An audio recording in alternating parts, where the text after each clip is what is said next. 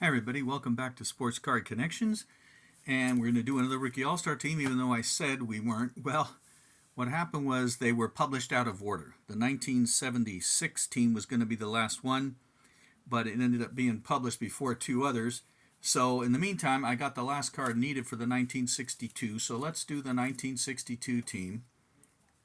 And we'll start off with the right-handed pitcher, and that would be Dean Chance of the Angels. Chance looked like he was headed right to the Hall of Fame. 61 to 71, Angels, Twins, Indians, Mets, Tigers. He won 128 and 115, 2.92. Struck out 1,534, 33 shutouts, two-time All-Star, 64 Cy Young Award winner, and that's when they still only gave one award out, not one for each league. Threw a no-hitter. He led the American League in wins, earned an average complete game shutouts with 11, and innings pitched, going 20 and 9, 1.65 in 1964. In his rookie year of 62, 14 and 10, 2.96 with a pair of shutouts, and he actually started the year with the Angels as a rookie in the bullpen. A back injury in 69 is what really did Dean Chance in. His last 3 years, he was 18 and 19. So, Dean Chance, the right-handed pitcher. The left-handed pitcher from the 1962 expansion New York Mets is Al Jackson. He had a tough luck of it with those early Mets teams. In 1962, he makes the Rookie All-Star team with a record of 8 and 20, 4.40, 4 shutouts. 4 of his 8 wins were shutouts. His career was 59 to 69, Pirates, Mets, Cardinals, Mets again, and Reds. Overall, 57 and 99, 3.98, 14 shutouts. He did, despite playing on those terrible Mets teams, but he was on the 1967 World Champion Cardinals. He went 9 and 4, 3.95 that year. He was in 303 games, started 184. His downfall was with the Mets. In his career, he was twice a 20-game loser, both with the Mets. With the Pirates, Cardinals, and Reds, his career record was 24 and 19. With the Mets, it was 43 and 80. So there you go. Al Jackson, he was the left-hander. The catcher, also from the second year 1962 Angels, Bob Rogers, who of course later on would be their manager. Rogers got into one game in 61, but in 62 he caught 155 games for the second year Angels, hitting 258, 6 homers, 61 RBIs. Overall, 232 in 9 years, all with the Angels. He did receive some MVP award votes in 1962. He also managed the Brewers, Expos, and Angels for 13 years, 784 and 774 record. Manager of the Year with the Expos in 1987, finishing in third. Bob, a.k.a. Buck Rogers, is the catcher. I just knocked over one of these little gimmicks for the Angels. So the Angels, the expansion teams put 2 of the 3 guys so far, the second-year Angels and the first-year Mets. Now, first base, another of those weird deals where they trade their rookie all-star. So here we go. Fred Whitfield of the Cardinals. He makes the rookie all-star team and gets traded to the Indians after the year. As a rookie in 62, Whitfield 673 games, 266, 8 homers, and 34 RBIs. 62 to 70, Cardinals, Indians, Reds, Expos. Overall, 253 with 108 home runs. He got some MVP award votes in 65 with Cleveland when he hit 293 with 26 homers and 90 RBIs. So Fred Whitfield, the first baseman after the year, traded to Cleveland by the Cardinals. At second base, Bernie Allen of the Twins. Allen, 62 to 73, Twins, Senators, Yankees, Expos. 1,139 games, hit 239, 73 homers. He was with the 65 American League champion Twins, but only got into 19 games because he was hurt most of the year. He was a huge college star at Purdue. Twice he was the baseball team MVP, also was the quarterback and was the football team MVP in 1960. In 62 as a rookie, 159 games, 269, 12 homers, 64 RBIs. Bernie Allen, most of his career at second base, some at third, and never intended on playing football. Said he took the scholarship to Purdue for football, but he told them, I'm a baseball player. And when asked about, did you get a lot of NFL draft interest, the answer was yes. But he told every team, don't draft me. I'm playing baseball, which he did. At third base, a story of perseverance, Ed Charles of the Athletics.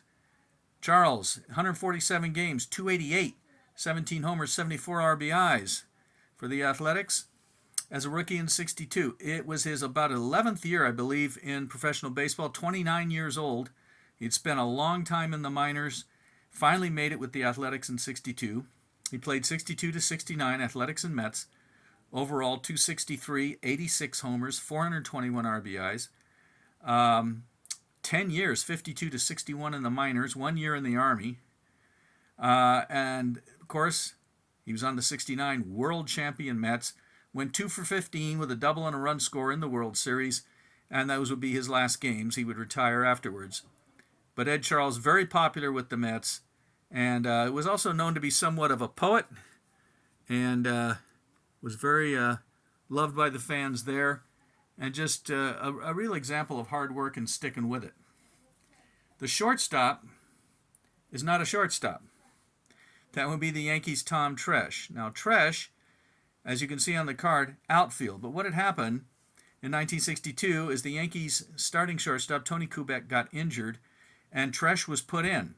For about 2/3 of the year, he played shortstop, and he makes the rookie all-star team as a shortstop. He really didn't play much shortstop after that. He's an outfielder.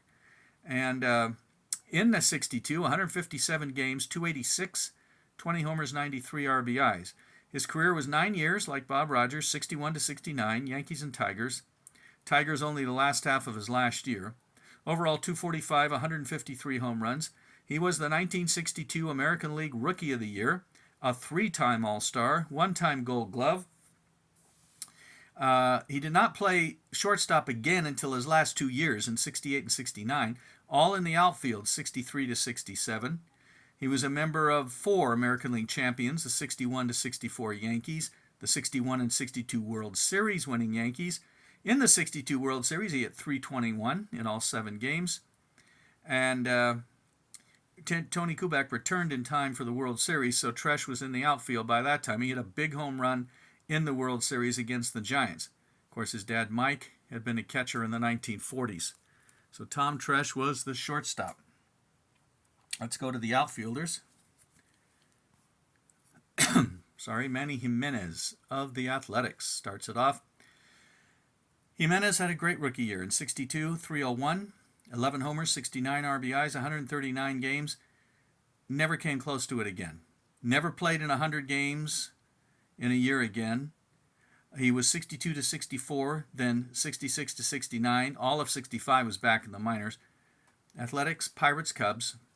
Overall, 272, 26 homers, 144 RBIs. There's a story that Athletics owner Charlie Finley screwed him up by telling him how not to bat and when to swing and what to do, and it got in his head, and he never was the same. I don't know. But he certainly struggled. He never came close to repeating that rookie year. And his brother Elvio had been up in 64 with the Yankees and is on a couple of rookie cards, but he didn't come up after 64. So the Jimenez brothers both made it and then didn't last. When Manny was in later years, like with the 69 Cubs and with the Pirates, was mostly as a pinch hitter. Second outfielder, Al Luplo of the Indians.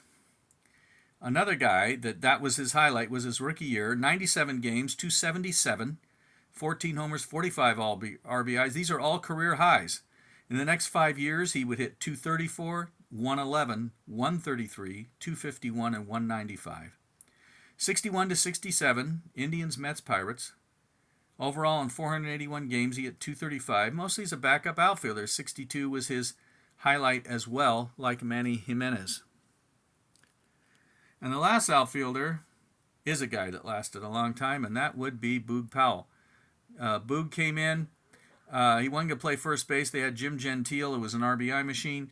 He played 124 games, 243, 15 homers, 53 RBIs. Overall, 17 years, 61 to 77. Baltimore, Cleveland, and the Dodgers, 2,042 games, 266 with 339 home runs, 1,187 RBIs, a four-time All-Star. 1969 American League Most Valuable Player. In 69, he hit 304, 37 homers, 121 RBIs. He was a world champion in 66 and 70 with the Orioles. In 65, he split first base and the outfield, but after 65, he never played in the outfield again, strictly at first base from 1966 through 1977. So, Boog Powell, the third outfielder, and where did my things go? I see. I didn't put up enough. Okay.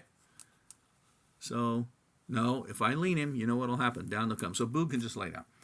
And you'll know what's missing, the National League Rookie of the Year.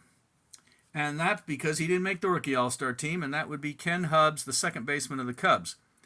Hubbs, as you'll notice, also something else. This card's a mistake. Topps didn't put his position on the front. There should be a 2B down there to the right of Chicago Cubs. Ken Hubbs, 160 games, 260, 5 homers, 49 RBIs. He was the National League Rookie of the Year, but he wasn't even the second baseman because Bernie Allen got it. And of course, Ken Hubbs was a tragedy after 1963. He was killed in a plane crash. And so he's the 62 National League Rookie of the Year, 3 years, 61 to 63, and all with the Cubs. In 64 Topps, he has a rare thing for Topps to do, an in memoriam card, which is a higher number and a tougher card to get. So if you notice the inset picture there of Ken Hubbs, Topps made a horrible error in 1966, so 3 years after Ken Hubbs had died. They used that picture on pitcher Dick Ellsworth's card in 1966. It's not Ellsworth, it's Hubbs. It's that little photo of him fielding there. So no, somebody was asleep at the wheel there. So that's your National League Rookie of the Year, but not your second baseman. That went to Bernie Allen. So there's the 1962 Rookie All-Stars. You have a Cy Young Award winner in Chance, an MVP in Powell, and a pretty good group. You had managers, Rogers especially. Does anybody else manage? No, nobody else managed. Just Bob Rogers.